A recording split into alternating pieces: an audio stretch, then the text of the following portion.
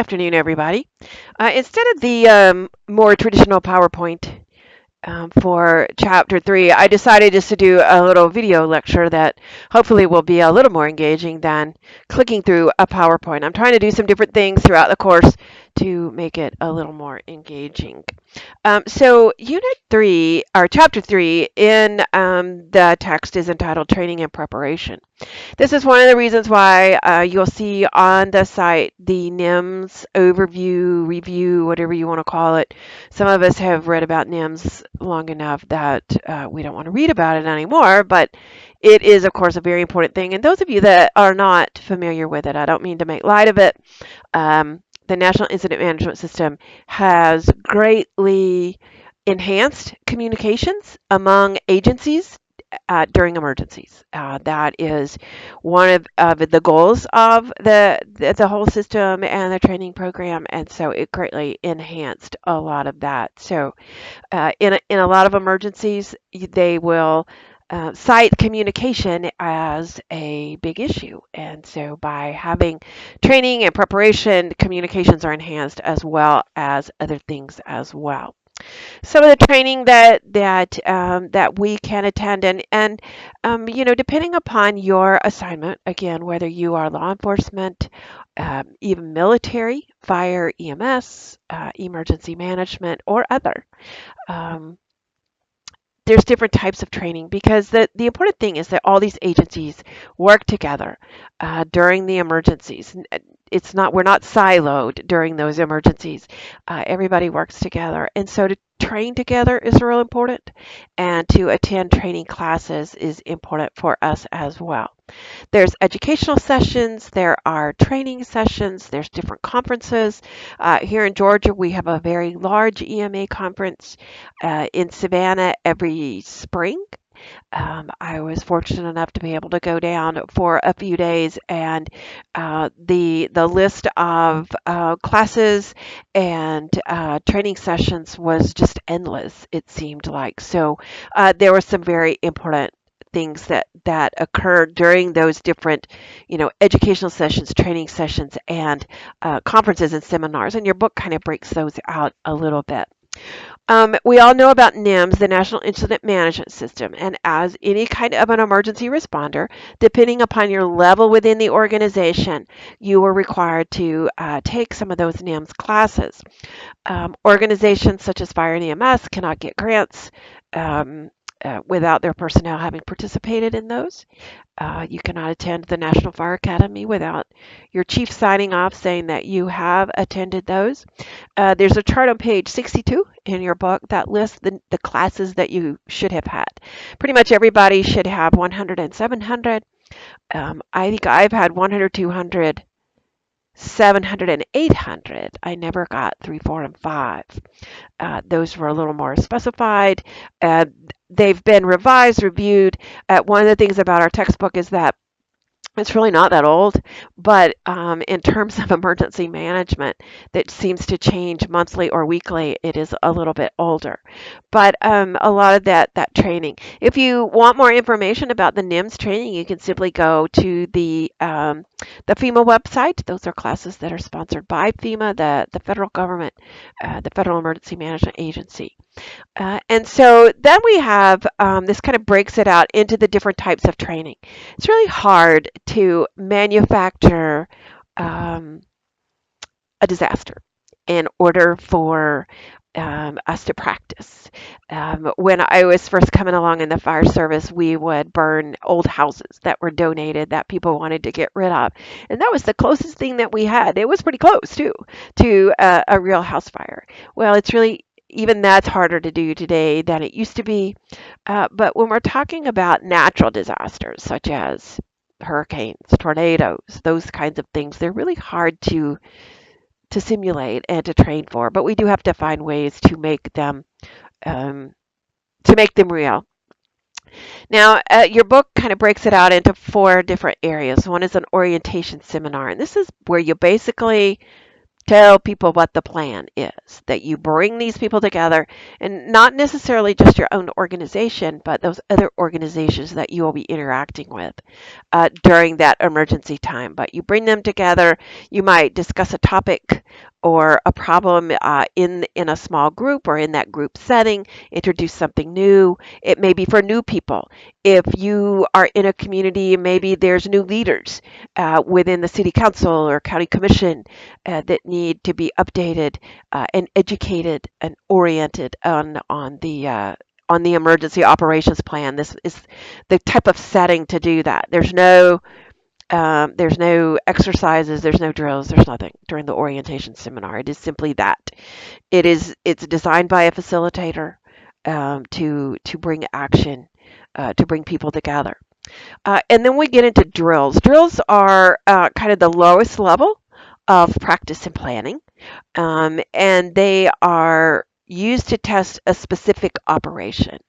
You might have a hazardous materials drill, and where the fire department might be testing their skill at stopping a leak, identifying a leak, containing a leak, and decontaminating. That's a drill.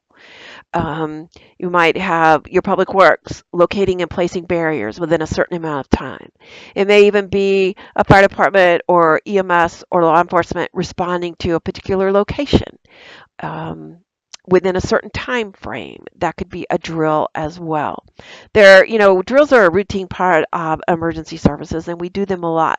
But they should have a purpose. They should have some reason um, for conducting that drill. It's just not a drill for any reason. There should be a leader, and the person has to be well vested and well informed about the situation. They need to understand. It can't just be anybody that is the leader of a drill. Um, and a lot of times that creating a drill that involves command of an incident, that's harder. Even though today there's a lot of simulation tools out there, electronic virtual simulation tools that can be used to do that, it is a little bit different. Computer simulations on a small scale or a big scale are one of those. Your book, Mitch's Digital Combustion, there's a whole bunch of them out there today that can be used to provide that opportunity for incident command in a realistic way, so that the drill can be successful and as realistic as possible. So after the drill, then you move into what's called tabletop exercises, and this is like a paper exercise. It's not really a tabletop, though it can be.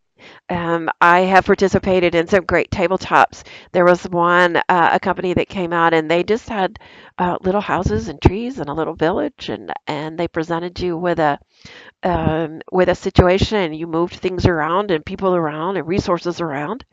I have participated. Georgia Forestry or the Forestry Service has a great simulation, and it's basically a tabletop that is it's sand is what it is, and they make it into hills and trees and fires and stuff. Really kind of interesting. Again, that tabletop. Most tabletop exercises are. Um,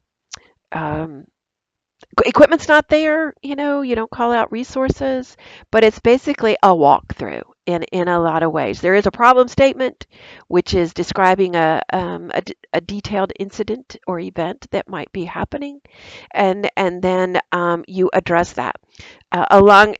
Along with the tabletop exercise, you can actually have simulated messages throughout, whether it's a news broadcast or someone brings you a paper as an update, your operational period update, that sort of thing. I'm going to try to post some videos on the course site that shows some of those updates from some simulations that were done at FEMA.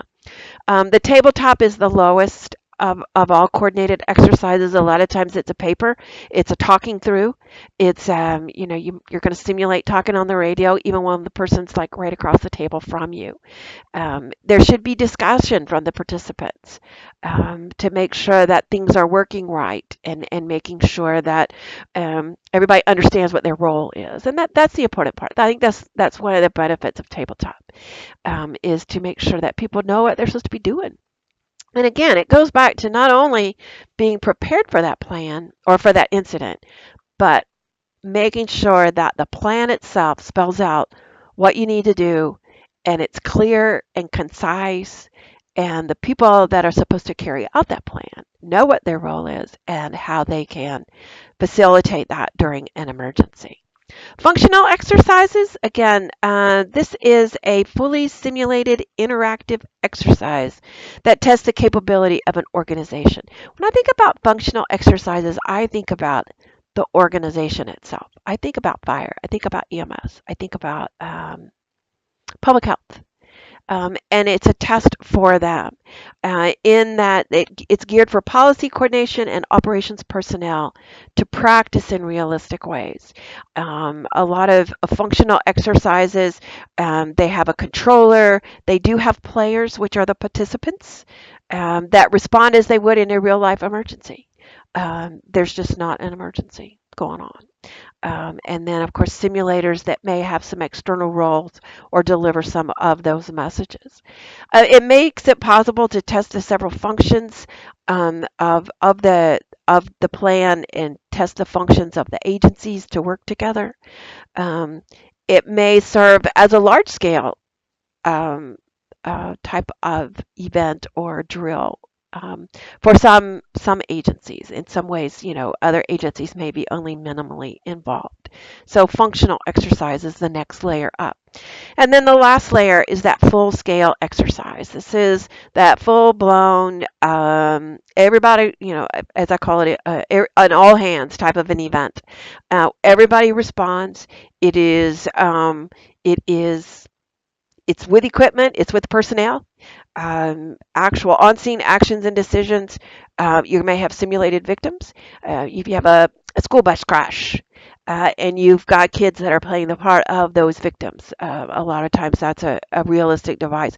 It tests communication capabilities. It tests search and rescue requirements. It is a full-scale operation, and it takes a lot to coordinate that and to plan for that. But it is the most realistic aspect that you can have aside from the real emergency itself. Now, it's really hard, in my mind especially, when we talk about full-scale exercises to think about how can we plan for flooding? How can we simulate that? How can we simulate trees down? And I know there's ways to do it, but like I said, it does take an awful lot of planning. So, these different levels of exercises, um, if you've not participated in one and you get the opportunity as a responder or as a victim, I think that would be um, there's a lot of value in it, in understanding the plan. To me, that's the best way to learn it and to be prepared for that. Um, there are disaster training facilities. There's actually one located here in Georgia. And now that I've said that, I can't remember the name of it. But it is down near Savannah, Chatham County area somewhere. I'll come up with it shortly. You're probably out there telling me what it is. But it simulates, it does a lot with building collapse and search and rescue. It's the urban search and rescue type of a facility that is one of the greatest ways to simulate that sort of thing. Um, what should disaster training accomplish? Again, it's a test of the people and their roles and responsibilities. It is a test of um, the plan, making sure that the plan itself has been written in accordance with the available resources, the available personnel, and to identify gaps and things like that. Following any kind of tabletop functional full scale exercise, there should be that after action report. There should be that after action discussion.